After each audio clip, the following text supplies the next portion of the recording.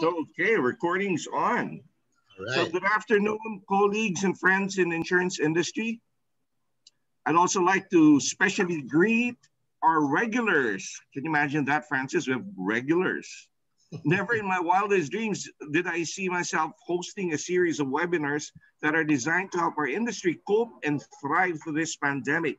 And never did I foresee that I would attract and keep a huge bunch of regulars. Thanks, guys. Now, you know who you are. This is actually what keeps us going. And I'm sure that our co-panelists, Shelly, Ito's not here today, Carl and Francis agree. So welcome to our fourth episode of season 2 of the CPI PIRA IIAP webinar series. We have an interesting topic for you today, this time for our marketing frontliners. But I am sure the others who aren't will still gain from the insights gathered. Not only do we have an interesting topic, but we have an even more interesting speaker. But that role of introducing her belongs to Francis. Anyway, let me turn you over to Miss Shelley for her welcome spiel, then on to Carl for some house rules. Or did that change? I'm just looking at Francis's face. No more. Yes, good afternoon. I'm Shell from CPI, or Computer Professionals Inc. And, we're very happy to put this series of webinars for everyone to help, with the pandemic, how we can move forward as an industry. And I'm just pitching in for Miss Ito for today, but she'll be joining us in a bit. So I'm turning it over to Sir Francis. So good afternoon again, everyone. And we hope you like the session today and will find it very valuable and useful so you can bring it back to your teams. Okay. Thank you, Shelly. Thank you, Mitch. All right. So it's my job to introduce our speaker. I hope I'll do it justice. Okay. Our speaker this afternoon, Ito. Thank you for popping in. Our speaker this afternoon is the former President and Chief Creative Officer of Mullen, Lowe, Philippines, and is currently the Chair Emeritus of Mullen, Lowe, Treyna. It's a newly rebranded company. She's also the Vice President of the 2019 Board of the EMAP, or the Internet Mobile Marketing Association of Philippines. She was also a founding member of Mobile Monday Manila, an open forum for mobile visionaries, professionals, and enthusiasts. She's a multi-awarded advertising executive, and her work has been recognized in numerous creative and effectiveness shows, such as the Cannes Lions, New York festivals, and the Asia Pacific Advertising. And recognized as well by award-giving bodies like the Bully Awards and the Asian Marketing Effectiveness Awards, to name a few. She has served in the juries of Cannes Lions, Art Directors Club, London International Advertising, and others. We are lucky to have our speaker this afternoon, as she is very busy and very much in demand, as she is frequently invited to host and to speak at industry and academic events. He was the keynote speaker at the 11th IT and Business Process Association International Innovation Summit, and she was the lead organizer of the successful 2019 Manila Pen Show. Yes, she is a fountain pen enthusiast, just like you, Mitch. So, ladies and gentlemen, Hello. a warm virtual welcome to our guest speaker, Miss Leigh Reyes. Hi, Leigh. Hello. Hi. Thanks for having me. So I will start sharing my screen. But if you are thinking about challenges, how we asked you earlier, do keep them in mind while we discuss. I'll try and keep this as light and as entertaining as possible. As I was telling the guys before I came on board, it's interesting to be able to tell our story from the marketing and advertising agency side of things, which you might not encounter on a day-to-day basis, but because we share similar objectives, meaning to persuade people to do something or to engage people in order to do something that's for their own good, then hopefully you can pick up things here that will definitely be useful for you today and in the long run. So I will share my screen.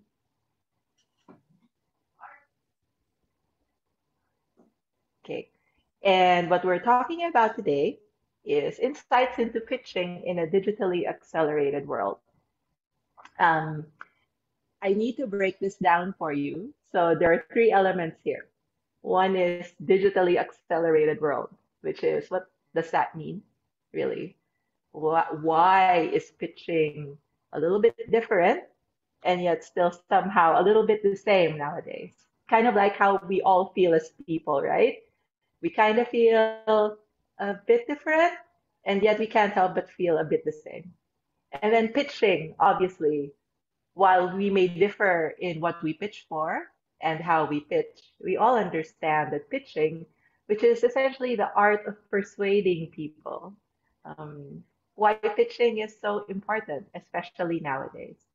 And the third element that you'll keep seeing is plants. And there is a little side story about plants and how people have suddenly decided that yes, they do want to spend what they used to spend on plane tickets on plants. And there's a reason for that, which I will somehow weave into the rest of the story. But for those of you who actually own plants and look after plants and are starting to have a really interesting understanding of variations of plants, forgive the non-accuracy of the plants that you will see drawn here. They are not necessarily accurate. Okay? So, but there is something to do with plants, and I will tell you about it later on. So, unahin na natin ang ground rules. And I think the first one is you're the experts in the room. And it's good to know that experts are also experts at learning. That's one of the reasons why people become expert at things. And so one way to look at this discussion or this kwentuhan is do take the insights that you can use. So while my personal experiences may be a bit different from yours, I'm hoping that there are things here that you can find useful. And then, as Chell said earlier, do think about 2 or 3 challenges that you'd like to work on or take a different point of view about, and then see after this exercise or just after thinking through this, is there another way I can look at this challenge? Most of us, and I have looked after creative teams and have been responsible for the financially relevant output of creative teams for the past 30 or more years. And what I can tell you is that when people think, they do tend to walk the same path. So just like water, will always go through the same path on soil or on a rock, right? Most people think the same way. Most people will follow the same thought process, even if it doesn't work anymore. So the more conscious you become of how you think, the more interesting your solutions can be. So you also have to learn how to question or observe what your thought process is like. Ibang seminar po yun. Pero I think it's also important kasi, as I said, you learn a lot from seeing people come up with ideas for the past 35 years. Okay. So, ika nga naman ni Seals and Crofts, for those of you who are of that age, we may never pass this way again. And I think this is a truth for everyone. This is a particular tunnel that, thanks to science, thanks to technology, and thanks to our sense of community, we will get through. And yet, there is also this sense of change, right? Because we were all, unlike before, when we only had pockets of big change. Now, all of us are going through the same thing. As I used to tell my banking clients, before, when we would go and look at people and market to them, we would market to them by life stage, right? Oh, you're now in your early 20s. You are a young working adult. You have different priorities from when you become a young working couple. And this young working couple, another life stage, they will have different priorities when they finally have their family, and so on and so forth. And there are different ways to address to you, and there are different products that we can talk to you about. But right now, all of us went through the same milestone sabay-sabay. It's like, boom, so like there has never been in the entire history of people still alive a more common, shocking experience than this. And this is why things have changed. And the thing about change in this particular case is that you can't turn it back. Digital acceleration cannot be turned back. And what we all went through just to survive, it takes, sabi nila, it takes 21 days to make a habit stick. A more conservative line of thought is it takes 2 months. Whatever, medyo lampas-lampas na tayo dong lahat. And so whatever has happened to us, we have already formed those habits and they will stay. So informationally speaking, we went through 5 years of digital acceleration and adoption in just 1 year. So the previous prediction for our part of the world was that the number of digital consumers by 2025 would be around 310. That was the previous prediction. We hit 310 million in 2020. And this is why they always say ganyan siyang accelerated. So imagine imagine going to university one day and then waking up the next day and you graduated na pala. That's what it's like. That's what it feels like, especially and imagine that shock traveling through not just individuals and families, but imagine that shock traveling through organizations. Imagine that shock traveling through industries. And then you can have an idea. I mean, sometimes people don't even stay in the same job for 2 years, right? So, but imagine compressing 5 years into one. And this is essentially what happened to all of us. Okay? My mom was just starting to learn how to watch Facebook videos. And now she's like, anak, bilhin mo to. Okay. And in my head, ito na po ang commerce for my mom. So I think it's interesting, right? There is no not possible because people have already gone through the impossible. And we're still here. So there is no not possible. Expectations, benchmarks, and behaviors have already shifted. So, as my mom would say, lumakad na ang barko. Hindi na, it's gone. It's like, it's bye. Okay. And I think, what does this mean in actual terms when we say expectations, benchmarks, and behaviors have already shifted? So let's take, for example, your behavior. Do you find yourself, ask yourself, I can't see the chat right now, so I won't be able to respond, but just ask yourself, do you find yourself hovering between trying to be very patient and understanding and kind with people and then being super impatient and like, you should know this by now and ano ba, and bakit wala pa rin ako internet kind of behavior? Do you find yourself flip-flopping between trying to be an understanding, I must practice kindness to people because I don't know what they're going through right now, versus, di ba naman yan, ang bagal-bagal, di ba? So I think that's also showing us that people are trying to settle into their own personal new normal. So what happens though is that if you do have a benchmark for excellent service, then that benchmark automatically adjusts to everything else that you want. So for example, if my current happy experience is I order something online and it arrives tomorrow, then everything else had better be that, because that is my best experience. It's not the best experience I have in a category because I, as a human being, don't think that way. My best experience is my best experience, regardless of whether I got it from shopping online or from an internet provider or from my school. As it has to be the best experience possible because that's what now I am used to. If you're used to Netflix showing you what you want to watch, if you're used to Spotify showing you automatically what you want to hear, why can't other services understand me that well?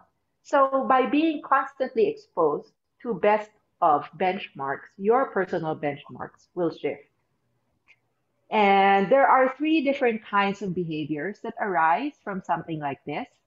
One is obviously something we all went through, which was shock.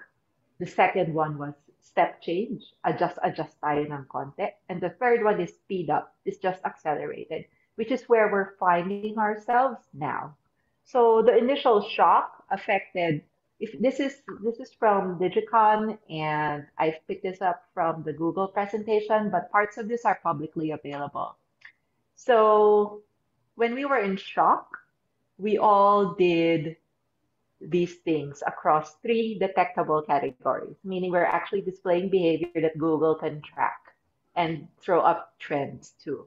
So for consumer packaged goods, the first reaction for shock was panic buying, health and diet on the back seat, try grocery delivery because I can't go out, right? The step change was, oh, I'm spending a little bit longer at home. Okay, I'm gonna cook, which is very different from where we were 2 years ago. We handle a lot of food clients, and our battle back then was how to get people to cook.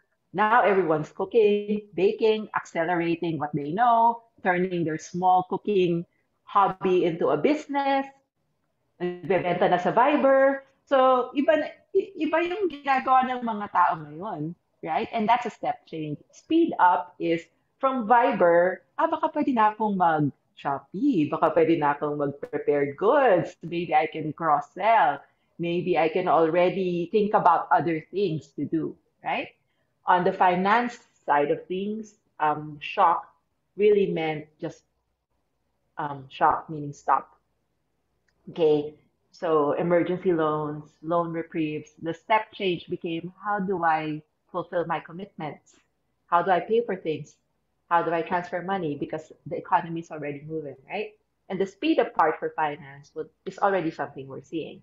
E-wallets, online account activation, contactless payments, and so on and so forth. So if you can tell, maybe some people right now, the majority of people in the Philippines are actually still in shock. They can't even transition because many parts of what they expected for a livelihood have been cut off, right? So that's also something that we need to consider is we're not all in the same stage. A lot of people are still in shock. A lot of people are just starting to step change. A few people are already in speed up because they were already step changing before. So even in terms of who we're talking to, in terms of the market, in terms of not just human beings, but organizations, even organizations are either still in shock, meaning nag-aalala kung saan kukuha ng 30th month, right? Baka wala eh, or baka meron, hindi natin alam, right? And then step change, what about my internal processes as an organization? Have we moved on to DocuSign, or do we still have to physically sign things just to get a process going, right? And then speed up. So it's the same, except it's different stages for different organizations. Yun. Even how we find brands and services has also changed. And I think for many of you who bought from a Viber seller in your village for the first time, or encountered a repair service that you didn't know existed, but you had to look for on Facebook, you'll probably feel this to be true, that you don't need to know a brand or a product or service beforehand to have tried it. You don't need the usual big funnel that we usually talk about, right? That it has to be a super well-known brand, and then you'll remember it. And because you remember it, maybe you'll prefer it. And then because you prefer it, maybe you'll buy it. So that traditional marketing funnel is already hindi naman dead, almost there. You don't need high awareness to be bought. You don't need consideration. Sa totoo lang, some people just bought and then considered after. Kasi yun lang yung nandun eh. And I think yun yung, as they say, one of the biggest contributor to brand switching is actually non-availability of your current brand. And so when many things were not available, right, that was when you actually just, okay, subukan ko na to. And then when you tried it and you liked it, you're like, parang okay naman siya. So are you ever going to go back? Maybe not, right? Maybe yes, but that has also changed. And the term that people use for that now is discovery. So this is the discovery generation. The consumers are now driven by openness to digital discovery. And how do you find out new things, new brands? Largely through online inspiration and influence. That's it. You joined a really nice group. I have to tell you guys, my big thing now is coffee home brewers. Shout out kung meron diyang member ng coffee home brewers on Facebook. But essentially, I've discovered that I like tinkering with coffee. I like doing this pour over thing. I like hunting beans. I was never like that before this whole thing started. And that's also the same thing with plants. Okay. And you'll notice that a lot of other people have taken up things that they wouldn't normally have done if they weren't at home and if they didn't feel like, and this is where this is coming from, if they didn't feel like one, discovering something because you're out. So if your outside world is small suddenly, then your inner world wants to be big. Okay. And this is why if you're at home, you find yourself watching new things, trying out new things. Many of you probably decided I might as well see what this K-pop thing is all about, right? I might as well try and watch these K-dramas that my friends are making me watch, right? So why is that? Because you want your world to be bigger. And if you can't make your world, actual physical world bigger, you will make your inside world bigger. So this is how people want to grow. People will always want to grow still. So discovery is really just a part of that. And the discovery generation doesn't come through it through thinking about brands. They come at it thinking about what else can I do that's interesting? Oh, that looks interesting, right? Discovery. And how do they do that? Essentially through social media, but primarily through videos and messaging. Interesting, right? You saw a quick video of this really cool coffee thing, and you're like, oh, that looks interesting. And suddenly na-trigger ka na to look for more of that. You start looking for a community that can support that. You start, for many people, it was bicycles. For other people, it was yoga. For many other more people, it was plants because plants are also alive and you can only have so many puppies. Well, I don't think you can have that. I mean, a finite amount of puppies, but there you go, right? So this entire idea of discovery also happens when you have access. So screens like this are very personal. And when you have a personal screen, you're allowed to discover on your own. And many people have done this. This is why so many small businesses are thriving and finding customers because customers are out there, but they're not out there as people looking for specific brands. They're out there as people looking for something interesting to do. And so if you are, let's say, working in a field that's not automatically engaging, and may I say that finance in general is not automatically engaging unless something happens to you on the negative side, because that's the way it is as a category.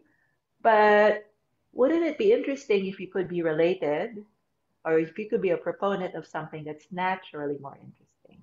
And I think there's a way of looking at that as part of the business and not just, as I said, being there to tell people that you're a good brand because they might not even be discovering your category yet. So why are people discovering and why are people changing? I think aside from the fact that you don't have a choice, all of us now are faced with uncertainty. And uncertainty is risk. And people cannot abide uncertainty. people cannot stand risk in general.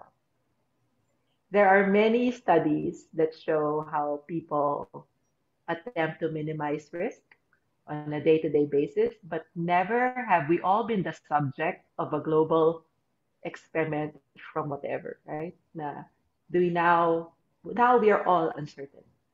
And so the Philippines is in the world's technically longest lockdown. And so we've had time. And if there's something again about human beings, while we cannot stand uncertainty, we were also given as a species the capacity to deal with uncertainty.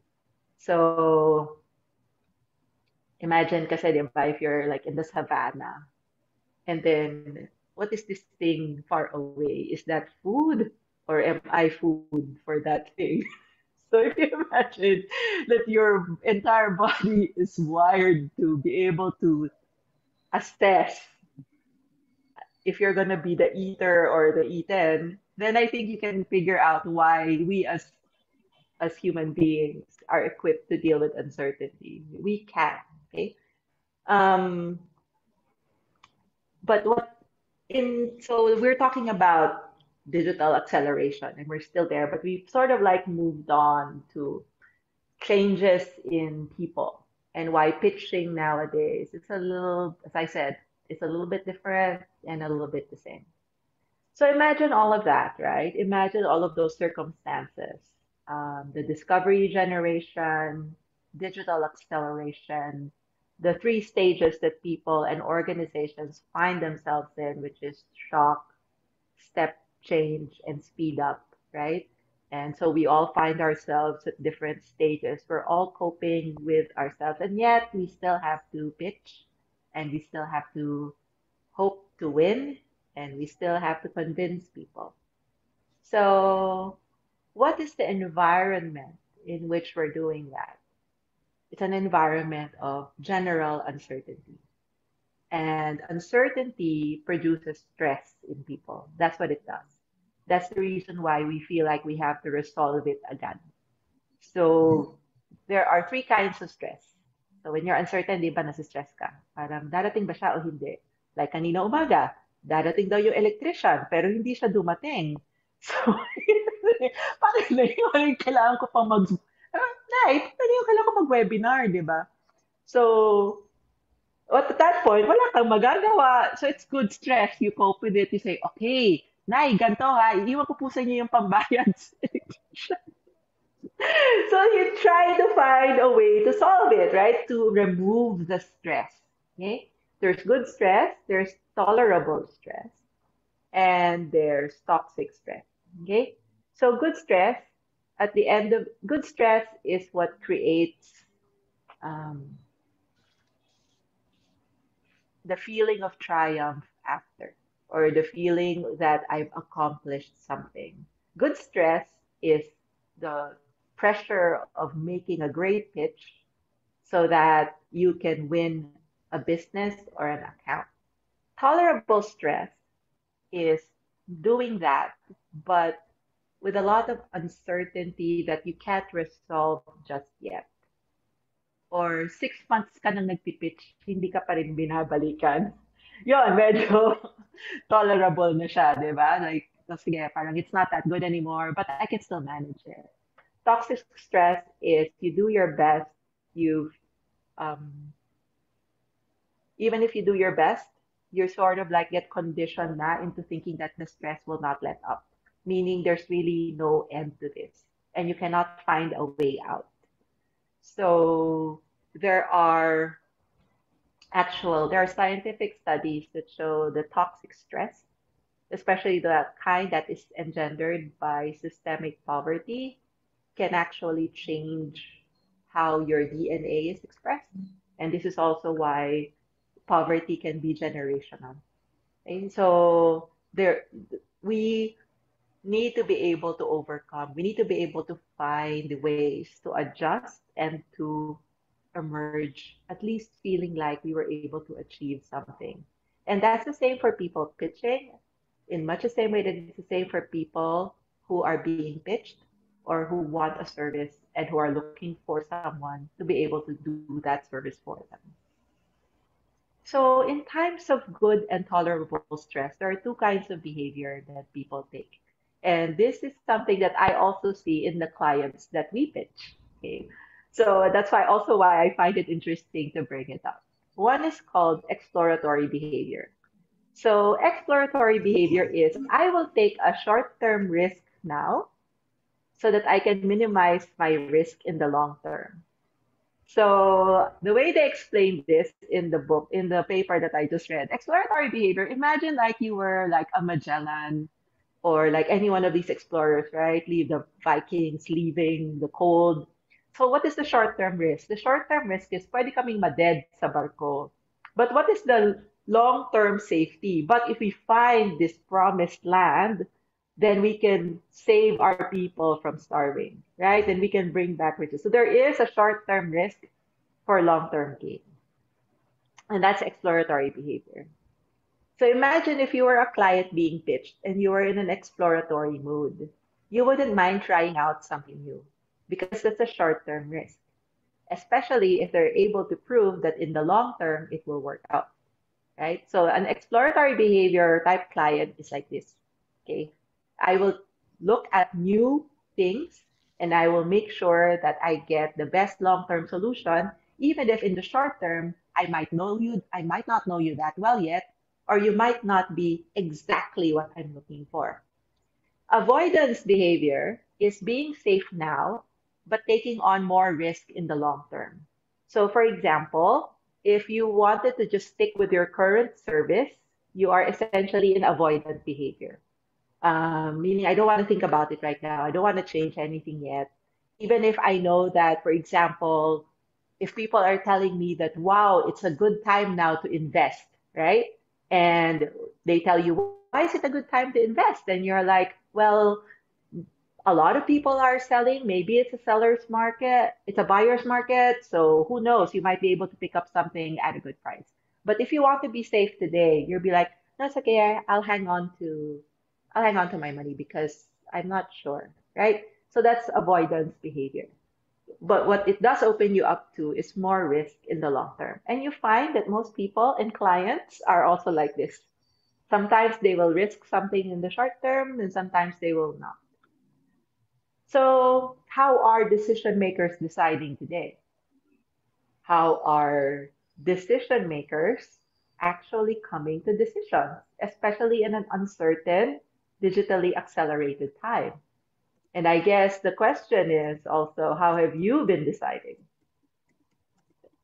How have you made important decisions in your life right now? And try and see from the point of view of people who might be getting or who might be interested in your service, how they might be working through their own decision-making process. So if you're anything like a regular human being or a regular organization, this is maybe how you decided. Right? I'm just putting advanced check marks to persuade you that this is correct. Pero pwede nyo ring i-X in your mind if you think that you don't even have to. So what did you prioritize? How did you decide these past 6 months? First of all, you probably decided to get what might run out. Okay? So that's one way you decided.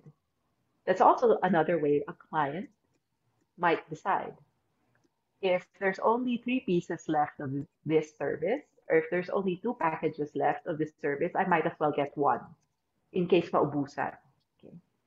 You also decided based on what was safer or more convenient. So it didn't matter if it wasn't that good, but if it was right beside you, you might have gotten it. It didn't matter if it wasn't your regular brand, but if it was available, you might have gotten it. And again, that was how you decided.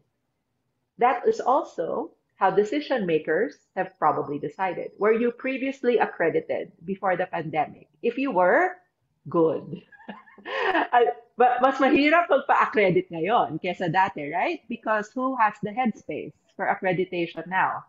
especially if regulatory didn't even manage to fix the process or even partly digitize the process before we all went into lockdown.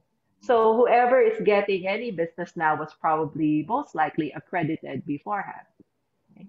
So the same thing with your neighborhood store. Technically, na-accredit mo na siya dahil nung hindi ka naman pinapalabas ng barangay mo, automatic accredited na siya by virtue of you could go in with your quarantine pass, right? So that was how you could make a decision.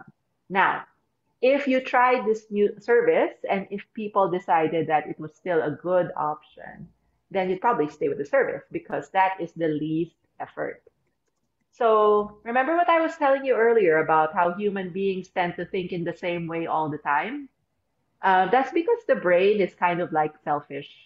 It doesn't like to expend energy. Um, and scientifically speaking, your brain takes up 20% of your energy, uses 20% of the energy that you have, even if mass-wise, it is only 2% of your body. So if it needs more energy, meaning it's not behaving in a pattern, it's not behaving in the usual way, it has to think more. That's why napapagod tayo, di ba? When we have to confront something that's uncertain. And this is also why a lot of people now, I don't know if you notice, like sleeping more. Their brains are really technically tired from getting all this energy. So the least effort is actually good. If I can approach you with something and it's all done, and all you have to do is sign, and it will run, and I don't have to bother about it, then I will most likely get it because it's the least effort and I don't have to think. Okay? Because the last thing you want is for people, one way to figure out now, like when you pitch, is how difficult is the decision that has to be made. And one way for you to win a pitch nowadays is to make it the easiest decision possible. Because that's really the bias of people. Huwag niyo na akong pag-isipin, mas lalo na ngayon. Okay. Another way that you probably decided as your own decision maker these past several months is you just went with what others recommended. You didn't really think about it, right? As long as okay na yan kay ganyan, okay na rin sa akin. It is the same thing with organizations. Very much the same. All things being equal, if one of your managers that you trust recommends a service and it removes the cognitive load from your decision making, you will take it. So knowledge of prior good success, meaning, you know, if we've succeeded together in the past, is one way to win a pitch in the future. As long as you've already had one positive experience and were recommended. Another one is obviously what experts say. So, or even experts. Okay, so pwedeng experts, sa totoo, pwede rin may experts na air quotes. But again, this is outsourcing our decision making to something else that we trust. So the more uncertain things are, the more likely people are to use standard heuristics, meaning what they're really used to doing. And so please use this power for good because a lot of people don't. So please use this power for good because the moment you understand people this way and the moment you look at people this way, then you already know actually how to manipulate people. So please, white hat lang po tayong lahat. And may the force be with all of us. And then the more future and social type decisions are what I will least regret. Yung hindi ako manghihinayang, or prevention of sayang, or the technical term is loss aversion. Okay. And lastly is what will not open me up to judgment. This is quite important, especially in the Filipino sense. Many adult children had to go and live with their parents again during the pandemic. And I have to tell you that young adults are really trying to be their own person and to go back to your parents' house during a pandemic and try to behave as if you were the same person that left is quite difficult. And that's also why TikTok is exploding because on social media, they can be truly themselves. Unlike, for example, being at home. Sometimes when you're at home, you can't be, most of the time when you're at home and you feel that your actions can sometimes open you up to judgment. So you're not as real as when you are on social media with your peers. It's a very Gen Z insight. So if you imagine that this is how you've decided now, imagine how organizations have decided. And I think um, for those of you who are students of persuasion, of course, you've read Professor Cialdini and the six principles of persuasion, right? So, but you notice that lahat sila umandar.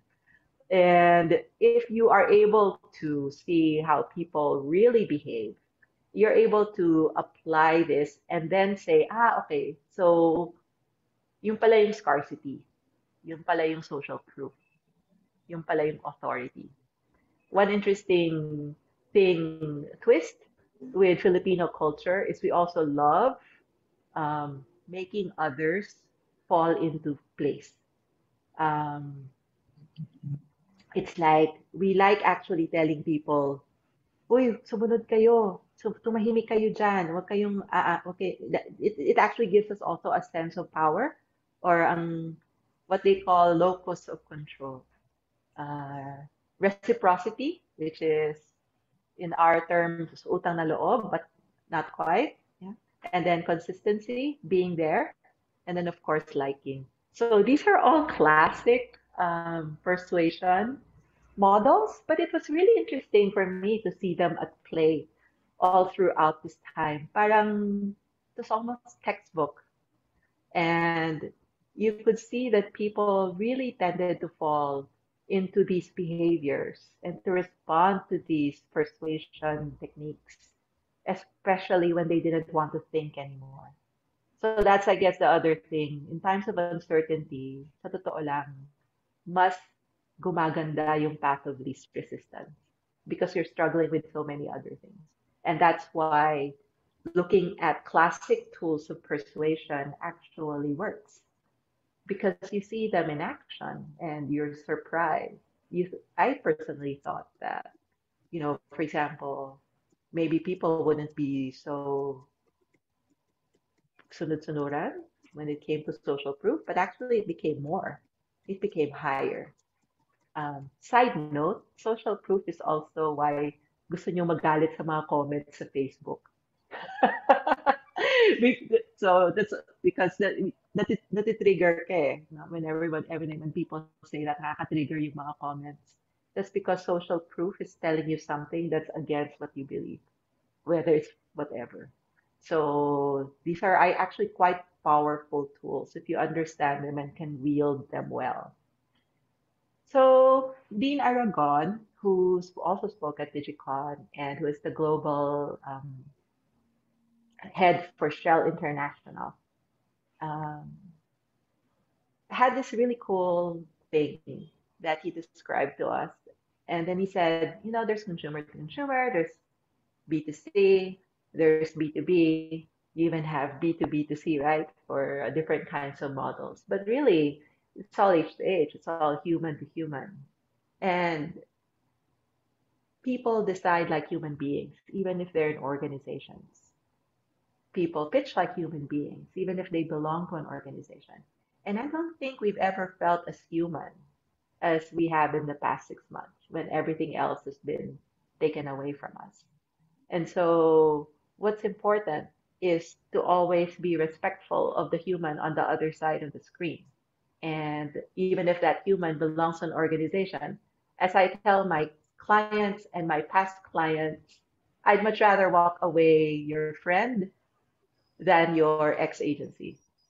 So it really depends on what you want to prioritize out of life. But I will always, I think even more after this now, I will always value our humanity rather than our temporary job titles or whoever happens to be paying our salary today. Okay. So pitching in this weird era, this is how I've always defined pitching. The client wants something, but they won't know it until they see it. This is my 35 years in the industry summary of pitches. And I have been through pitches sa tiny acorn na umiiyak sa gilid ng kwarto kasi hindi ko naintindihan yung nangyayari. All the way to what? We won this X million peso account. Great. Cool. Right. So, yun. And I've been on the losing side of pitches. I've been on the winning side of pitches, but really, this is what it is. They want something, but they don't know it until they see it. And that's why you pitch. Leigh, They might have, yes. I just wanted to say something about this because Sure.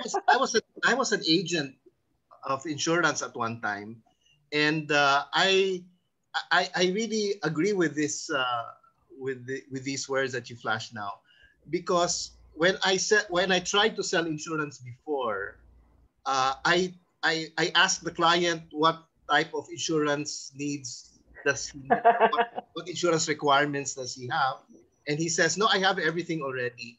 But once you keep talking to him, after 30 minutes, you'll find out that there is something that you still need. Oo, may ganun. So sometimes I May agree that ganun. they don't know what they need until you show it to Nope, them. they nope, they never do. It's like, I mean, I think I'm sure there's a rational explanation for this, but I think mine is really already quite rooted in just way too many experiences. So, but really, this is what it is. And I'll make you a little bit cuento first about what it's like for us when we pitch. And this is pre-pandemic. So, first of all, with marketing people calling agencies and asking you to pitch, they will always have an idea of what they want. Um, they might not verbalize it, but they have some kind of idea. But it may or may not be how we would define an idea to be. So, for example, they might think, oh, I think I need a celebrity, or oh, I might need for people to really understand that I am way more effective than the leading brand. So they have already these preconceived notions in their heads of what might work, kind of like your customer thinking that, oh, I already have what I need, right? I just need you to whatever, draw it up for me or whatever. So it's always been always like that. There is a preconceived notion. And then when we get called in, we've gotten called in for many, many different reasons. We've gotten asked to pitch because a client moved to another client and they knew us from before. And so they're like, oh, can you pitch my new business? But no one else likes us because everyone's like, oh, you're the new guy and you're bringing in your new agency. So no one else likes us, right? So we've been called in to pitch like that. We've been called in because they asked, these are all real stories from different agencies I work with. We've been called in because somebody asked an intern to Google marketing agencies in Makati and our name came up. I mean, that's like totally not caring about who pitches as long as you're in Makati, I guess. We've gotten called in because of prior work we've done, like projects for the client. We've gotten called in once because we were on the front page of a paper because of something that we did, just once. Mostly, it's been through just a network of people who have worked with different people at different times in their lives and who want to work with those people again. So That's that's age to normally age. one, huh? Yeah, The human to age to human. age to. Yeah, because, yeah, exactly. But that's been interesting. And that sometimes I also ask that. So on our end, I think you don't want to pitch without a reasonable chance of success. You don't just want to be filler for procurement. And so, because if you're just filler for procurement and if you don't know anyone on the other side, then you might as well not go pitch because it will cost you too much and it will not earn you much of anything because you haven't built any kind of human relationship beforehand. And I'm assuming it works the same way in your industry. You do tend to work with a wider and wider range of people you know and people who somehow are invested in you, whether it's because they know you or they know your friends. So we have declined invitations to pitch, and we've declined them because for example, we were not sure why they asked us in the first place. And so therefore we were like, how can you even um, know what we can do?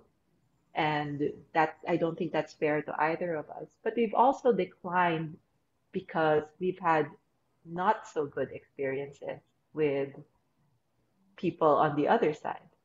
And so I think that side of humanity, of estimating, of putting the human factor a little bit before the revenue or the potential revenue is an interesting thing. And I think we all do it. I just don't know to what extent we all do it. But anyway, regardless of that, pitching is this. And for the pitches that we won during the pandemic, because pitching for us never stopped, um, we were pitching something in March. We were pitching something in April. We pitched in May. We've been pitching practically every month since we started. And for the pitches that we won, we had previously experienced in market success with a client. So for this pitch, we were up against we were up against 8 other agencies. So it was a total field of 9. So, but it was a real battle because we did it twice, meaning we had to go through a short list and then do it again. Okay? So you can only imagine how to do that when your team is already distributed across different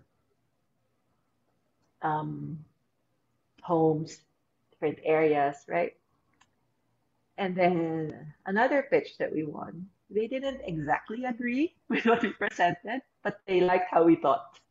So okay din yun, di ba? Parang, I think your proposal wasn't 100% meaning, and what does this mean? This means they already had the preconceived notion, right? Because how can you say, so this means they're already looking for something, right? They had this preconceived notion. What we presented didn't exactly match precisely what they were thinking, but we opened up new ways of thinking for them. We showed them different kinds. So we added information that they didn't have.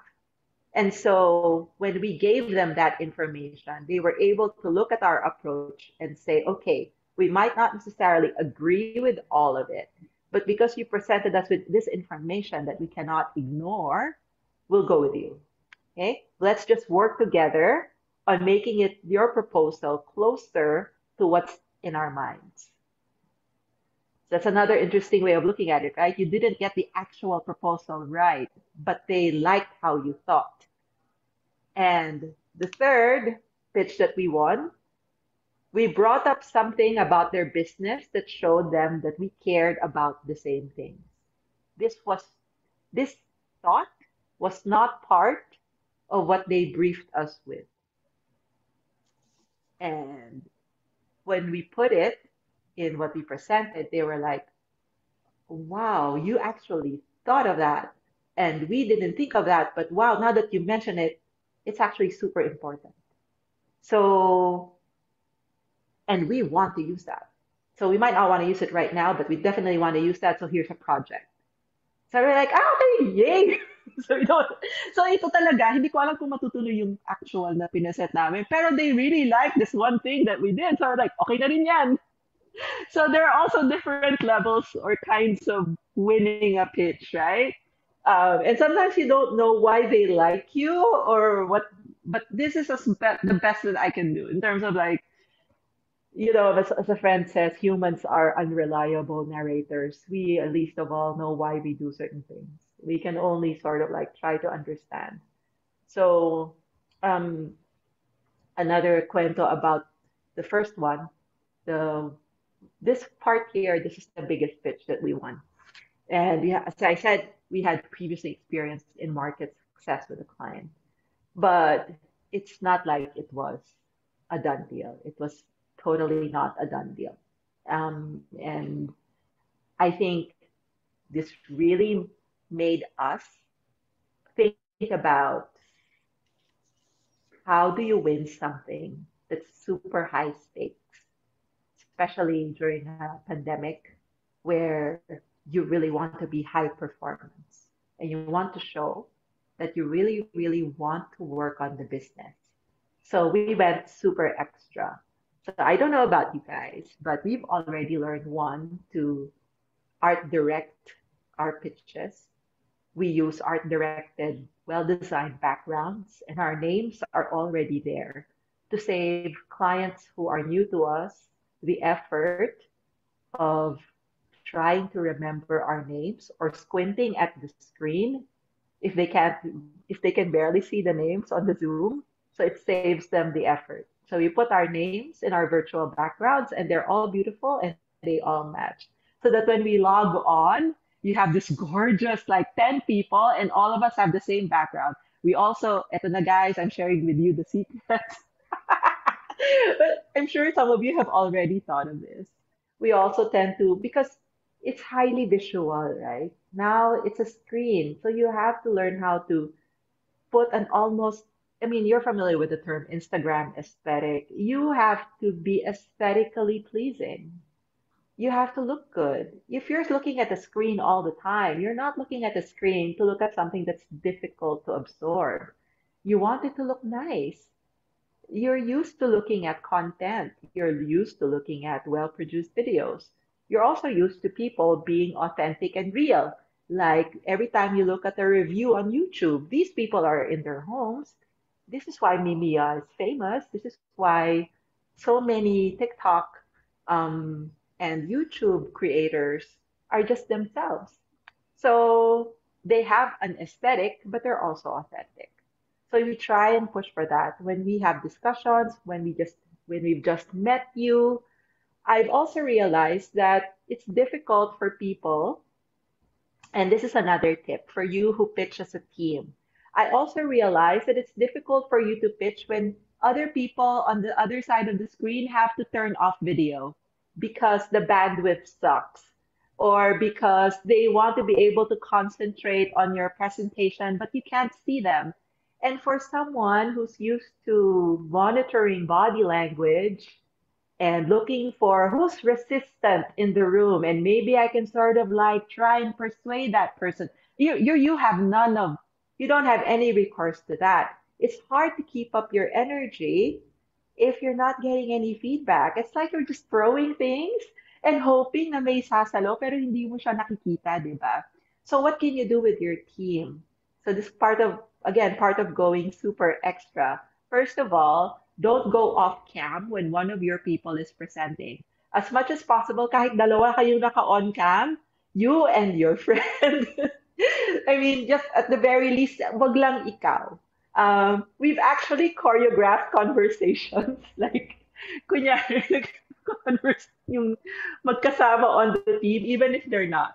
Okay? Because again, it's just being conscious that everything is now video and all of your production knowledge now comes into play, right? So we've done that. At the same time, you can also get energy from your team. Put up a separate chat group on your phone and just have people cheer for you while you're presenting. I know that these are little things, but it really helps. Like if your phone, let's say this is your camera, like you're on it, and your phone is here, sorry, on the side, and you just keep your whatever group open, whether you're using Telegram or Viber, just have your teammates there, and they can be telling you, wow, you made a great point. Okay na yon. Asa mas may makita kang something. But it's hard to do this day after day with no feedback. Most of us will really, performers will tell you this. This is why musicians really took to online platforms to perform. Because so much of the energy that you want to get from an audience that's also inspiring you to create more, so much of that is now lost or dissipated. And so if you are an audience, if someone is pitching to you, that's one thing you can do just to make people feel present and valued. That's one thing you can do. Just appreciate and feed the energy back. Kahit lang turn on your cam once or twice during the presentation if bandwidth is really a problem. Kahit lang to say, wow, you made a really interesting point. Thank you. Yun lang. And then off-cam ka uli. But at least you've given something back and it doesn't feel so much like you're talking to a blank wall. This is not human na. As I said, this is human to human pa rin, di ba? And so, pitches naman that we lost, natalo din kami. Kasi ganun talaga eh. And so, and I think yung parang halimbawa, just very simple things like we weren't good specifically at what they needed. So, in difficult times, you will pitch for anything that moves. And it gets harder to say no, even if you know that that's not what you're really good at. But it just confirms that you're really not that good at it. You're better at other things. So, parang it also, yeah, one thing that you can learn from the pitches that you lose is you learn how to really figure out what you're strong at. Okay, ito talaga yung thing na, and you have to accept that it needs to be a strategic decision on the part of your organization. Is this something we need to be strong at? How big is the volume of business in this thing that we really can't crack? Honestly, how big is the volume? Okay. And then therefore, this is the volume of business. Who else is playing it there? And then it becomes a business plan, right? And then it becomes something you can solve for. But really, if it's just like this nowadays, when things are so uncertain, it is harder to say no. And it's almost painful to say no. If you know that even a little bit of a win means being able to pay someone else a salary or not. And so these are difficult times for leaders. And I'm sure you'll feel that if you're leading an organization. And sometimes you want to stretch your organization to something that maybe it's not that good at. So it's also a measured risk. So on the part of their clients, they also have gone with a safer idea. I think you are probably aware of this as well. Maybe you presented something that was a little bit braver, a little bit more unconventional. And, when you see what finally came out, it's like, yun lang pala. Okay, yun lang pala yung gusto na, kaya-kaya natin yun eh. But I think there was something in you that said you didn't want to present something like that, at least with us. And then lastly, is they stayed with their current agency. Again, safety. So, you know what they say about the best time to plant a tree was 20 years ago? I don't think that's ever been more. And the second best time is now. So if this is a good time to rely on track record, simply because people are not as comfortable with risk. And yet, I think what's also interesting is that you do find the few out there who are in the speed up stage, who have decided that this is the best time to take advantage of opportunities. And I think part of being able to segment the potential clients that you have is which stage are they in? And then kind of like define your strategy accordingly, because one size really does not fit all. Ay, ko, isang oras na, sorry po.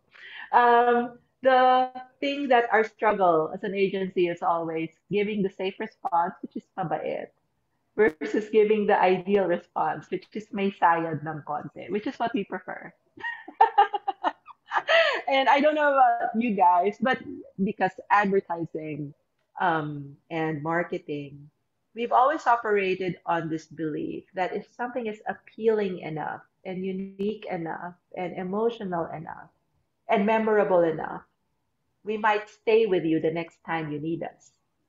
So people respond to novelty and to high levels of emotion. This is also what people remember.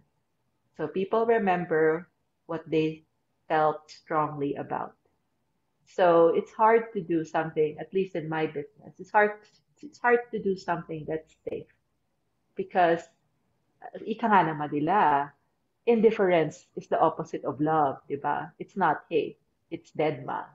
So if you are just one in a stream of choices that are all safe or the same, then you don't really get remembered.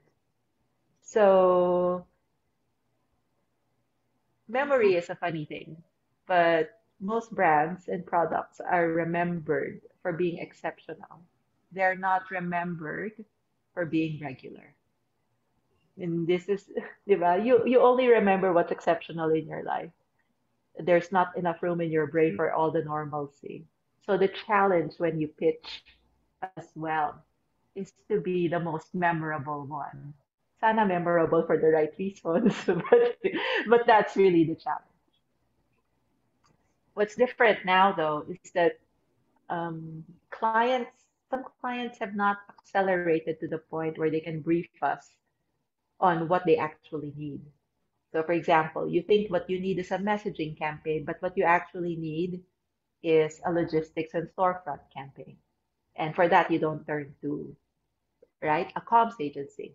Or you talk to our e-commerce practice, you don't talk to our PR practice. So there are all these parang things like, you don't, and this is why consultancies are also thriving, because sometimes clients might not be able to frame accurately the kind of service that they need, but they know what they're seeing is this is the gap.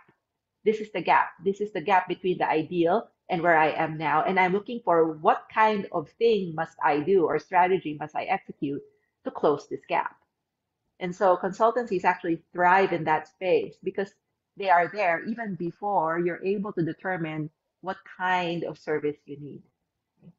So another different thing now is if the other organization had been doing very minimal digital transformation work before COVID, catching up for them now is a lot harder.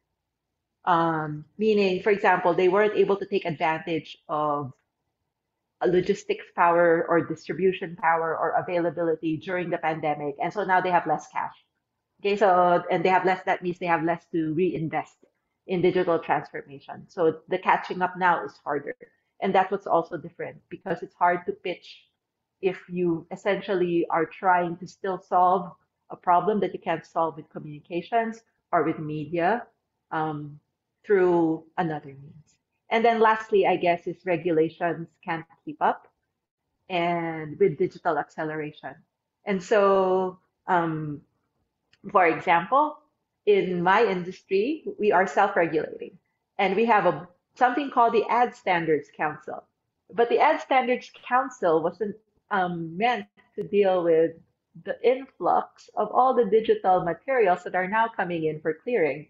Essentially, if you think about it, sana napunta yung mga ads dati. Di ba? They all went online. So it's a much more different process compared to just dealing with your media agency if you go direct to a platform. And so when regulations can't keep up, how do you then ensure the key performance indicators of a pitch, right? Like how do you commit to executing on certain things? And so if that's like, for example, not maybe such a big problem with you guys, I'm not sure, but it definitely is a concern when not just regulations, but also how we define success is also fast shifting. So classic Shaldini, I will close with things that you can try now with your current challenges. Because as I said, it's just really funny to me how these persuasion classics seem to be even more relevant today. So only X left. Try that. Try other types of scarcity. So meaning don't give to too many, don't offer to too many. As Seth Godin said, go for your minimum viable audience rather than the maximum. Social proof. Learn to work with micro influence. A lot of people think that working with influencers means working with, big name stars. It's totally not the case. You need the groundswell of approval. You need a lot of people talking about you to actually be able to push social proof. So before you go and pitch something to someone, it would be interesting if you could, for example, do a social scan. Show the client that people are actually talking about this already and use the existing micro influence that's out there to sort of like push your point of view. Authority, of course, is name influencer. So that's big time now. So you want to rely on authority, right? That's another way to help sell something through. Reciprocity is also interesting. A lot of people now are doing free webinars, including this one, because this is essentially kind of like building goodwill. Um, but not just this. A lot of artists are giving free concerts. A lot of authors were reading from their books and struggling with their publishers. No, you have to let me read from the books, right? Because I want kids to know the story and I want to be able to read it for them. So a lot of creators are giving away free knowledge, things that they use to gate. And why is that? Because not only because it's the right thing to do in these times, but also because you're investing in a relationship, just like in any relationship. And when you invest in a relationship, hindi ka naman siguro nagbibilang. Well, unless nag-agree kayo na magbilang kayo, in which case, okay lang yun. Kasi ibig sabihin ng consistency, which is the next one in the list. So consistency just means be there when you don't have to be. Okay. So a lot of people don't like it when you show up when you need something from them. And that's even truer now than it is before. Because you know how sometimes you get allergic to people because ano na naman kaya gusto niya. And that means you're not consistent. That means you're only there for a reason. And so you make people feel like you're using them rather than you're really there for them. And I think this is true for brands and services as well as it is true for people. And lastly, liking, I mean, obviously, you know what that is. I mean, it's hard to be liked. And so if you just like something, it's hard to explain why you like it, but hey, yeah, I like it. And so this is where our earlier discussion on discovery comes in. Be discoverable. So don't assume that people are looking for your product. They probably aren't unless they're very super further in the funnel now. So what you want is to be present and to be liked, even if you're not looking for a sale. And also that's very difficult, but it works for people. It will work for a brand. So what does this mean? Be part or take part in a movement, take part in an advocacy, be present for an interest. If, for example, you think that biking is the future and the present, you think that bike safety is important, you think that all of these, that having fun on the road is important, then be liked for that. Don't be liked specifically for any kind of risk assessment or insurance related to that. Just be liked for that. And then the rest will come naturally, right? But be part of the interest first. People want to be interested. People want to discover new things. Especially now, people like plants because plants satisfy two things. Plants give you back your locus of control, meaning you don't feel like you're just being carried along by events. You feel like you're actively choosing, you're actively taking care of something. That's locus of control. And then the second thing that plants give you is hope.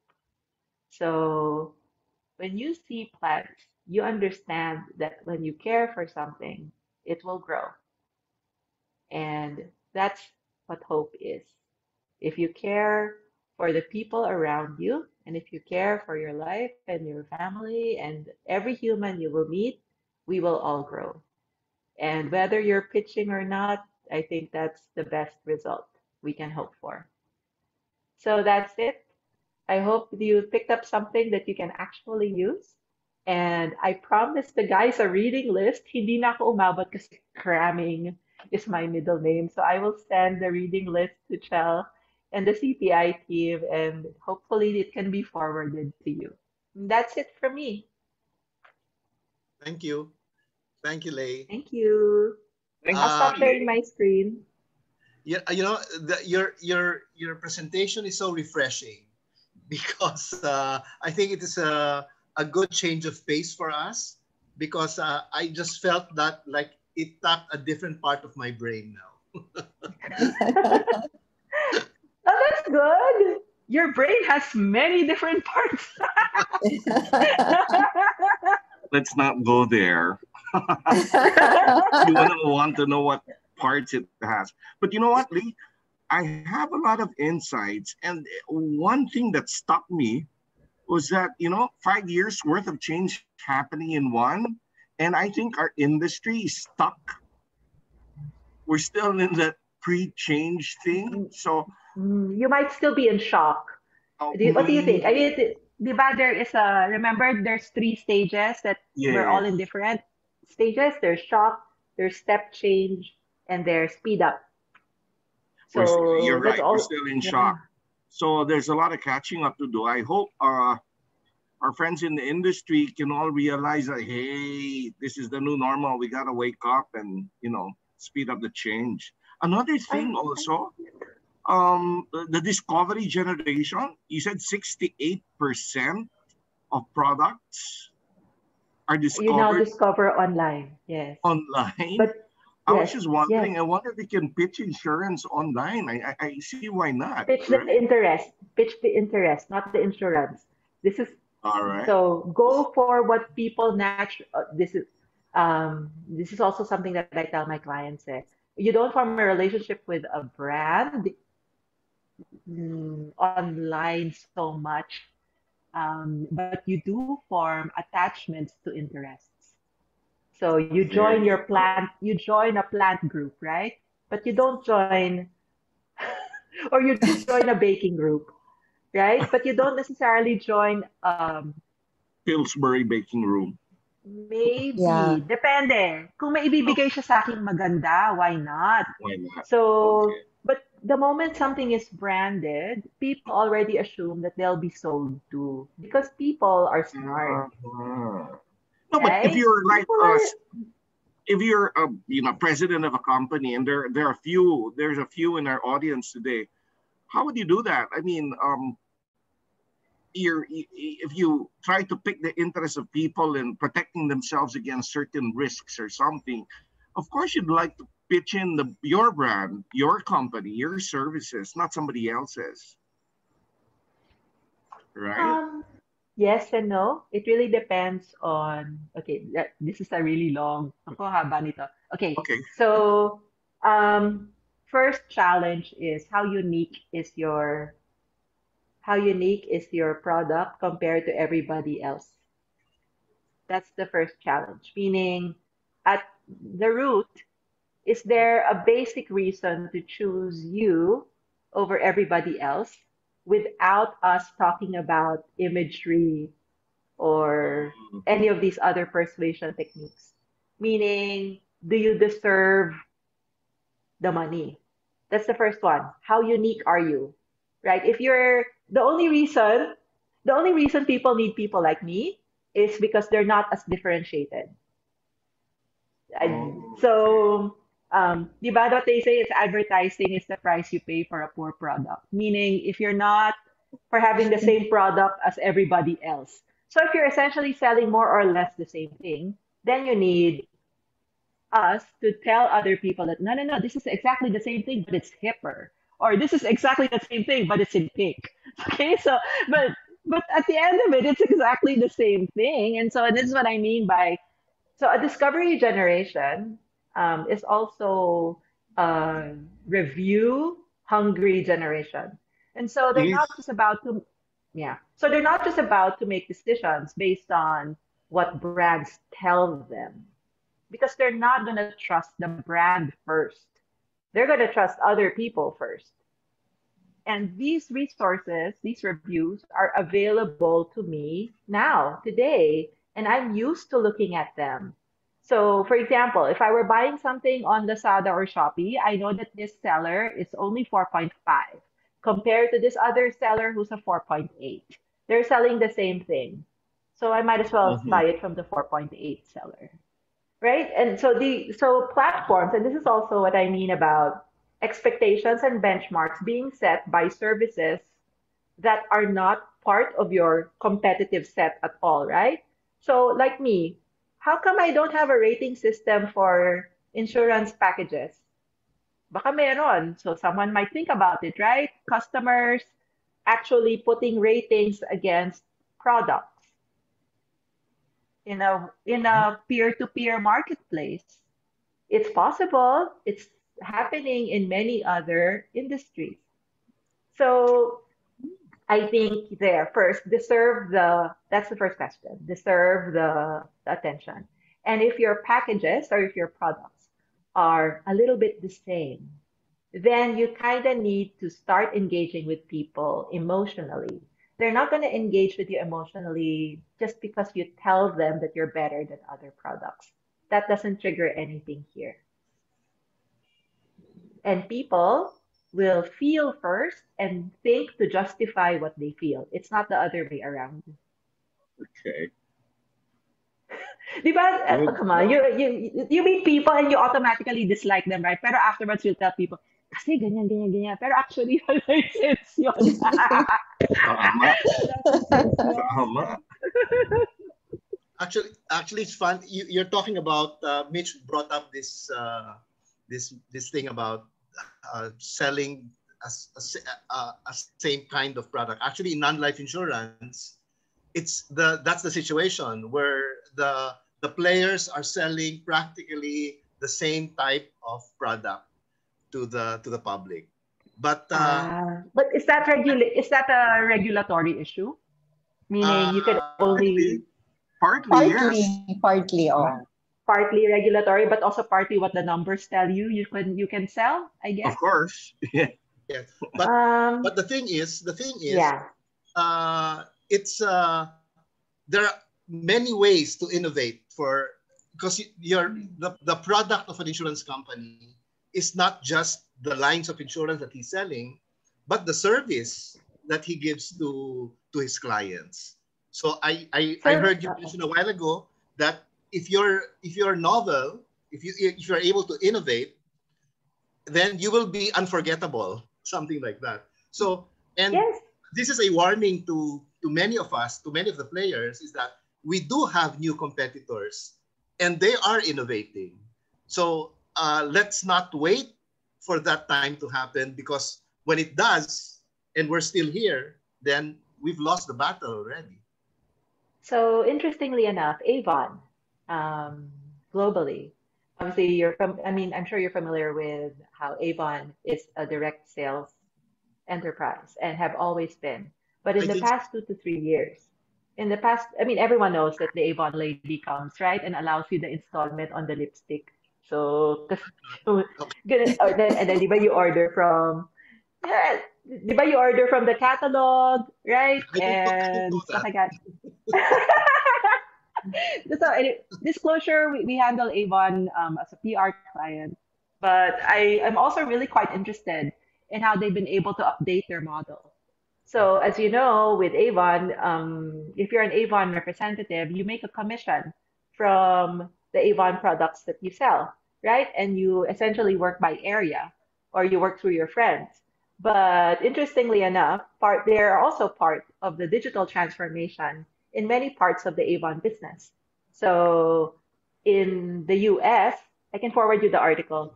In the US, their CIO was interviewed, and he said now what they have is, let's say you have your customers in your WhatsApp. Napaka US WhatsApp sila sa atin, Viber. You have your customers in your WhatsApp, and if they want to, or you send them the digital catalog, and if they want to order, you give them your URL. So when they order through your link, which is like an Amazon affiliate link, you get the commission. So I thought that was really interesting because it meant, because before nga, at least in many parts of the world, Avon is door to door, right? And Avon is very personal. And they were like, how are we gonna do this? How are we gonna, like, bring this door to door and make our commission and all of that? But there are ways to do it while maintaining the relationships that these Avon reps have built through the years. So I actually thought that URL specific to each agent was really cool, because essentially it makes what they do trackable online. And anyway, so the usual single source of truth in the company, which is data, blah, blah, blah. Sorry. I'm sure many of you have heard this from digital transformation experts before. but it really, really helps to have that kind of like uniformity across your data gathering, which is why I thought it was really interesting that they were doing that now for Avon.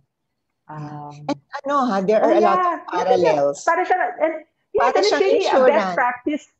It's a really best practice from affiliate marketing, right? Which is something that we all take for granted in the online world. Like if you have so many bloggers used to use it for, a link out to Amazon. If you buy this book that I just reviewed, I get a little bit, but they're very frank about it when they review, right? Hey, if you want, or just go sa makeup reviews nga lang, hey guys, look below.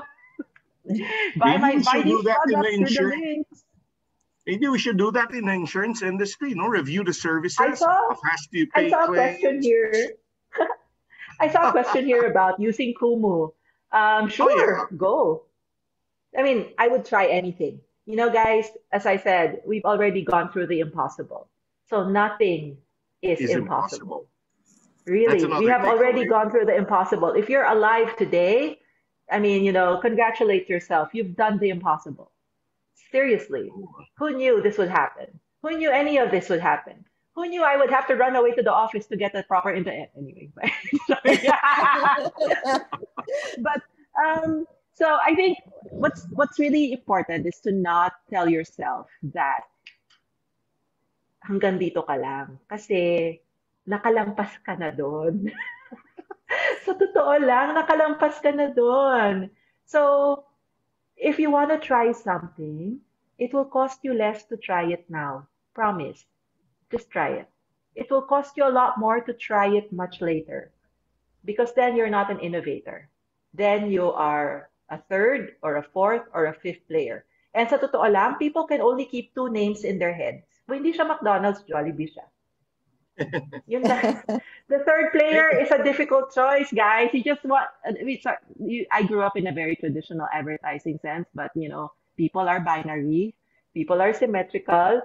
Brain-wise, we can only keep two. Well, yes. But Shout you know out what, for Leigh? KFC. You know what, Leigh? I like what you said. I mean, do it now. Actually, I never went shopping via online before, no? Lazada, Shopee, those are all new to me. But since I had to, I did. And now I'm a junkie as Yeah. well. So And you're you've right. done. I think that's Yeah. something. You've done the impossible already. So what's another There's some, impossible, right? like, Manny, a friend of mine, he's watching now, is president of Fortune. He used to laugh at me because I never change my phone until it dies on me because I'm happy with it. So I'm always the last person to get a flat screen TV. I'm the last person to change my phone. I never buy online, but now you're right. 5 years of change in one. And 5 years companies of have to change. do that. Yeah. Yeah. So I think also that's something you have to ask yourself. If my organization didn't feel that 5 years of change, what should I do? Mm. I mean, if diba, what do I do to at least enable my company to get out of the shock phase and to at least go into a step change? There are guidelines naman for like Yeah. there are many guidelines on as to how to do step change, and I'm sure you've already discussed them with your consultants. But I think what's really important is it won't change if the culture will not change.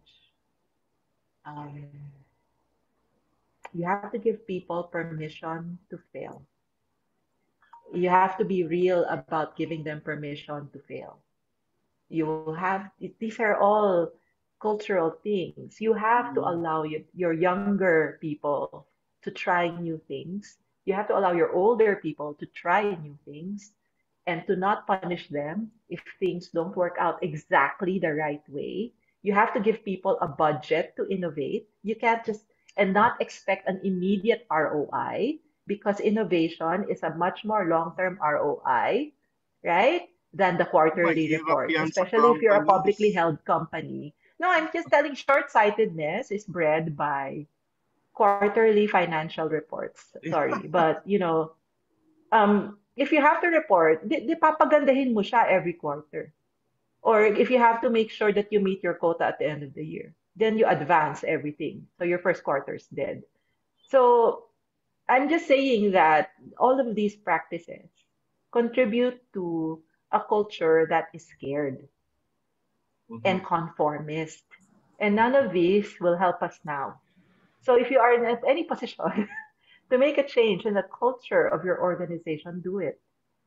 And these are this is the right time to do it because we're all home. Yes. And everyone will be understanding. Habang kaya pang maging understanding ng mga tao, di ba? Encourage them to do new things. Encourage them to fail. Give them a budget. If they fail, edi pahingi ng top 3 things na kailangan mong gawin para hindi ka mag-fail that badly the next time. Right? But Well, you have to allow it. It's now or never. Yeah. And I think it's a good time. As I said, we've all done the impossible. What's another impossible thing? very nice insights. Very. Dami kong Actually, napulot for my Ako next rin eh. speech. Dami.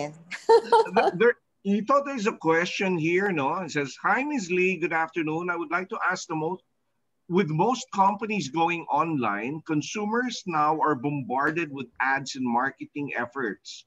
Also with a lot of memberships and offerings. How can companies find a way to stand out?" Um, study what you yourself have watched. Um, you can't be bored into liking someone, right? So, and sometimes when you do offers or ads, you tend to do ganito, very straightforward, very malaki ang logo, very straight to the point, very whatever. It's not really interesting. So yeah, the first thing you have to admit is that people are not interested in brands. People are interested in other people. So parang one way to stand out is to make an emotional connection that's real, meaning real laughter, real iyak, real galit, right? Real, ano ba yan? Disgust, whatever. But notice, has any of you ever like sat through and watched like a Dr. Pimple Popper? Like, or any of these things where people are doing gross things and people watch it, right? So Yes. what do people remember? People remember what makes them feel. So but the problem sometimes, especially with a lot of advertisers, is they think that they know how to do it. But if you look at commercials that are really like just commercials, they all don't make you feel anything, right? They're just fake. They're fake feelings. They're fake family. There are commercials though that tell stories like Jollibee, remember? Yung mga Christmas Yeah, nila, Valentine nila. Jollibee makes great stories. There. And they are they are even greater because of the so many beautiful associations people have with the Jollibee brand from when they were kids, right? So Nothing to do with hamburgers. not only are they great stories, the brand itself affirms that. If that story had come from a brand you didn't know so well, you'd not be feeling the same thing. So every time people say, look at all those Jollibee stories, and they started it, and I'm like, yes, they did. But also you have to remember, they also started that 30 years ago. So they planted that tree, right? They planted that tree many, many years ago. So meron silang karapatan na gumawa niyan ngayon. Who's their ad agency? Jollibee is McCann. Okay. For the stories. For the stories. Mm-mm. So I know that's an answer to the question. And PJB. I know they use other they use other agencies, but I think a lot of those stories that you remember are from McCann. Oh. So even though the stories don't have a direct relationship to your product or your brand, just as long as you elicit some sort of an emotional response, they remember you? Depende. There is also such a thing as brand relevance. Okay. So it really depends. I would prefer for companies actually to have unique products first. And I'm speaking both as an advertising person and as a potential customer. Get that right. Get the product right. If you can't get the product right, then get the service perfect. So you might be offering the same thing, but if the service is impeccable, then I will go to the best service. So ganun siya, right? Totally agree. And yeah, then the rest of it is the battle for the heart can be won on many fronts, right? So advertising, imagery, storytelling is one front, but like as but customer experience is also a story. So madami ring aspects of customer experience can be likened to the elements of a story kasi. So you just kind of like have to be conscious that the culture, the organizational culture is strong, that everyone understands what the heartbeat of the company is, that everyone understands why you exist as a company, that hopefully is inspiring for you to want to work on Mondays and not go, Monday. Yeah, so Yeah. culture and then product, then service. But if you're not young, so yeah. Yeah. And then you can talk to the advertising. Leigh, Leigh, someone asked a question na in these times, are there things you feel that people haven't tried or haven't really, parang, are there new techniques or I don't know, gimmicks or whatever, parang that people might try but haven't tried for some reason? Locally, you mean? Like, yeah, even locally, for example. Locally, I would love to see voice technology and accessibility in Filipino and in Taglish be a lot more prominent. So, sanay na sanay tayo with, for example, thinking of voice technology as, okay, Google, or hi, Siri, and then what is the ganyan or the ganyan? It's always in English. And I think we do have a couple of startups working in this space. But I would very much be happy with a voice-driven cloud service. So, but running on Taglish recognition or the way we speak. So, and I think that would make it a lot more accessible and open to a lot more people. So there, I think people are not investing as much in voice and AI for us, meaning Yeah, not for just, the Philippines. yeah, for the Filipino consumer. So that's one. Another one where I think we could be investing a little bit more on is just in general this idea of solving. I mean, I don't know. This is just in general already, but we have 7,000 whatever islands, high Yes, tide, low depending tide, on the tide. whatever, right? And I still think that logistics technology has a lot to do to be able to really make sure that we minimize waste and maximize opportunity. Talent is everywhere, but opportunity is not, right? And so one thing that we suffer from really as a nation is the really inequitable distribution of opportunity. So, and I think that logistics, that's essentially, in my brain, that's a logistics issue. So whatever that, and I'm not, when I talk about, logistics technology, I'm not just talking about delivery of product, even though that's what people automatically think of. I'm just really talking of logistics as an avenue for opportunity development, which is again not something that is top of mind here because we're always looking at stopgap, disaster over, di ba? Parang Crisis. uulan. Ito na naman, uulan na naman. So pag-usapan na naman natin, baha na naman, right? Parang guys, sana naman. Makalampas na po tayo sa mga, di ba? Pero hindi pa, di ba? Like, yun. And I think, what's interesting about industries is that these are problems that are just out there waiting to be solved. So, Yeah. Yun. Well, someone went straight to the point and is asking, what kind of compelling ad material can you envision for a non-life insurance company? What kind of Advice. compelling? Don't we have to Yeah. pay for that already? Example, insuring your house against fire. Yung mga ganon. Or, So, But not, okay, I'll not give you. I'm not gonna give you. Okay, I will always start from an insight. Why should I care? okay.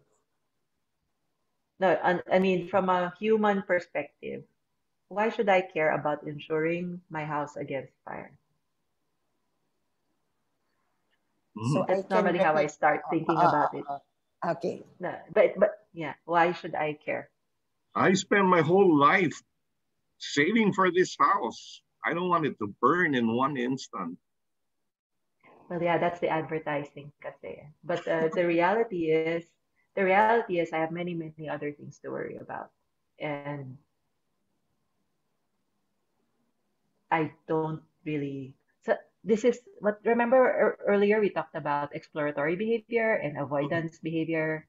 So um, the thing with insurance is every time you premise it against future bad things, it's not it. Okay, so then it's really not something I need today. So Yeah, that's the first thing you. That is the first thing you as an industry need to challenge. yeah. That is something that we really need to think about because, like Because people, like for life insurance, future bad things are never as important as current bad Yeah, things. of Do you know what course, I of mean? course. Future Yeah. bad things. I cannot conceptualize future bad things. yeah, So, that's a and that's also why it's never, guys, that's also why you have so many other ways of convincing me, right? Social proof. Bumili na yung tatlo mong kapitbahay. Kung bumili ka ngayon, o di, ka-join ka nila, di ba? Di lahat kayo. Hindi pag nasunog yung bahay mo, ikaw lang yung social proof. Yeah, so, ang dami na. Leigh, related Scarcity. question. Related question. Speaking of customer experience, if the client or customer who had a great experience with claims or buying a product can be featured or shared, right? What's better, customer feedback or a testimonial? Isn't that the same? But The same. Okay, so it takes four positive reviews to bury one negative review. It okay. Is that a fact? Well, it was several years ago. Maybe I don't know about now, but definitely people who have a negative experience are way, way, way more likely to post about it than people who've had a Yeah. positive experience. So Mm, getting evangelists for your brand is always very difficult, regardless of which category you're in. People are wired to complain and to protect other people from bad things kasi that's why it developed eh. You want to protect other people from bad things, right? So automatically magre-raise ka ng complaint. So if you want to make sure that other people say they have a positive experience about you, um, either is fine. Like, if you want to say customer feedback or whatever, but if it still comes from the brand, then it kind of looks like it's paid. So yeah. it's not as authentic as someone leaving an actual review. Okay. So for example, if you have a website, right? And if you keep it up to date, and if it's linked to your social feed, you can actually activate a feedback thing. So that, for example, people can at least like a product or rate a product or review Mhm. a product. But you have to be open and honest about the reviews. Because also there are people out there who get paid to review things. Ah, So you're not, but yes, I mean, if you can be open to a rating system that's publicly available for your products, a lot of fashion do this. So if you've shopped, for example, online for sneakers, you will notice that they actually use customer feedback to rate a shoe. mm, So not just by stars, but how does it fit? Is it true to size? Does it run small? Does it run large? Is it, right? So the insurance industry might also find some opportunity in being open to public feedback because that's also how you can generate positive reviews. But you also have to realize that people will be more apt to leave negative ones and be prepared to behave accordingly. With technology now, that's scary because it's a negative reviews. It's so hard to bury it because it keeps popping up. For example, you want to search something and you put it on your search engine, and what comes out? It's the negatives before the positives. Yes, and this is why it's not a campaign. This is why it's something that you do with consistency. Okay. So, yeah. So it's hard also you have to be consistent.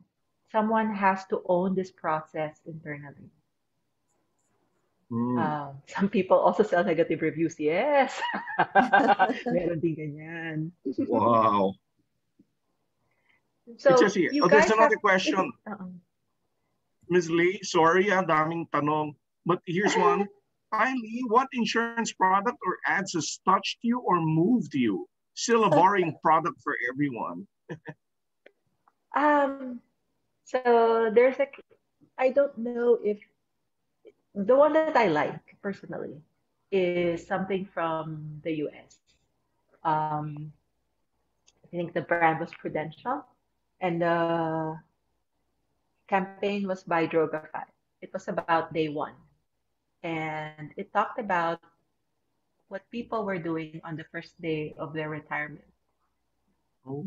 And I thought that was an interesting way of doing it because they followed people who were trying to figure out what to do with the rest of their lives.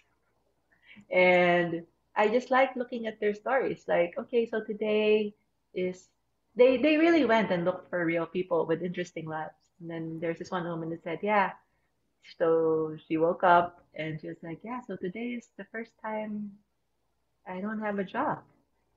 And she was like, and so we just followed her. And then that's when I thought that, and then parang their sign off was being there for your day one. Okay. And I really liked it that they talked about it being day one because it is, right? It's a beginning. New chapter. Yeah, and they really went for that and were quite clear about it. So I thought I like this campaign a lot. I like how honest it is. I like how it was able to reframe ending a career into beginning a life. Interesting. Oh, and for the same person who asked this question, anonymous kasi, try the ads of Thai Light. They're very nice. Oh, I think yes. you can find So we it on also have, YouTube. yeah, Thai. Oh my God, Thai ads are the worst. They make you cry or laugh all the time.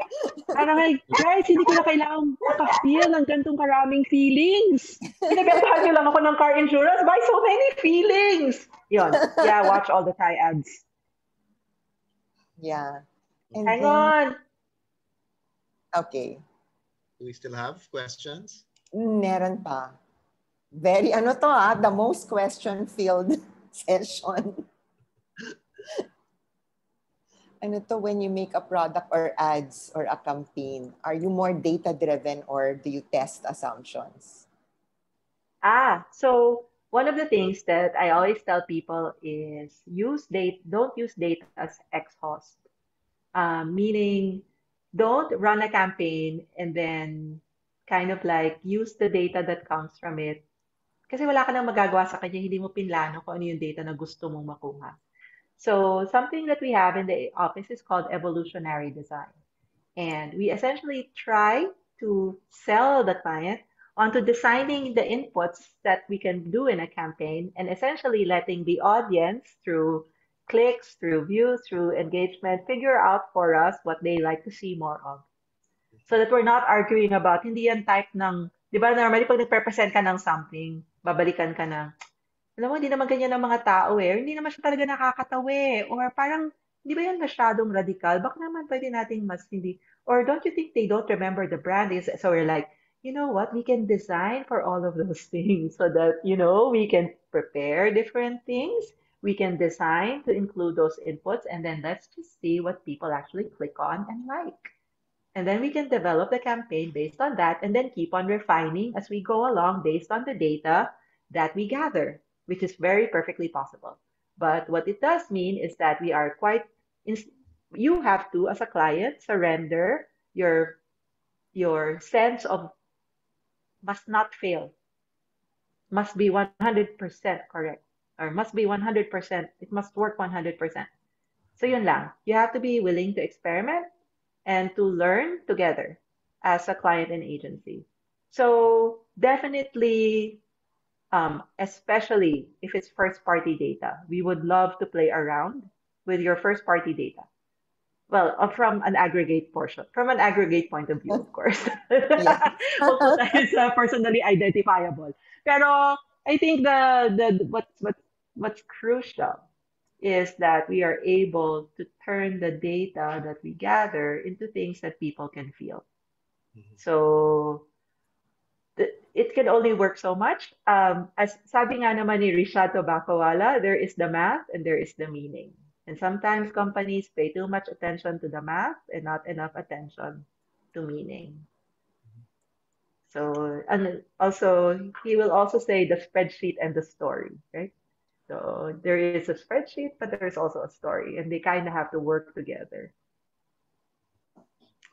So there is no divide. Whatever divide you have heard about between creativity and algorithms and data, there is no divide. It is all the same thing. It's just some people are more comfortable with one than the other, but they're the same. All right. Time Okay. check. Yeah. Nakita ko dito, time check, 4 p.m. na, tapos may smiley. I'd like to thank Leigh for spending the afternoon with us. Mitch, you're on mute. Well, I got tons of insights, especially if you're in sales and in marketing. Oh my gosh! So I noted down so many things, and so I could only share it, but we have no more time. So it's a treasure trove of insights. Thank you very much, Leigh. Thank you very much. Thank you. One of our questioners said, "Thank you, Leigh. I had an aha moment." I think many of us had several aha moments. I had several ahas. Yeah. Oh, so cool. Thank you. Thank you. Thank you very much. Thank you talaga. That makes it worth it kahit hindi ko kayo lahat nakita. Oo nga eh. But yeah. So I'd like to thank everybody who joined us today. Thank you very much. Thank you very much. Thank you, CPI, for inviting me. Also, thank you, Chal and team. Thank you, guys. Yes, thank you for saying yes. Sure. It gave me an excuse to go to the office. Thank you, Ingat. Ikaw din. And everybody rin, ingat. Everybody, yes, we'll ingat see you in the next webinar. Okay, see you guys sometime. I'm at Laypod, so if you feel like just asking me anything on Twitter, I'm just there, or on Instagram. Wait, wag sa Instagram kasi puro pens and ink doon eh. So, baka hindi nyo rin type. Also for the pens and ink addicts. If you like pens and ink, I'm on Instagram. Okay, bye everyone. Bye. Thank you, Leigh. Bye-bye. Bye-bye. Bye, everybody.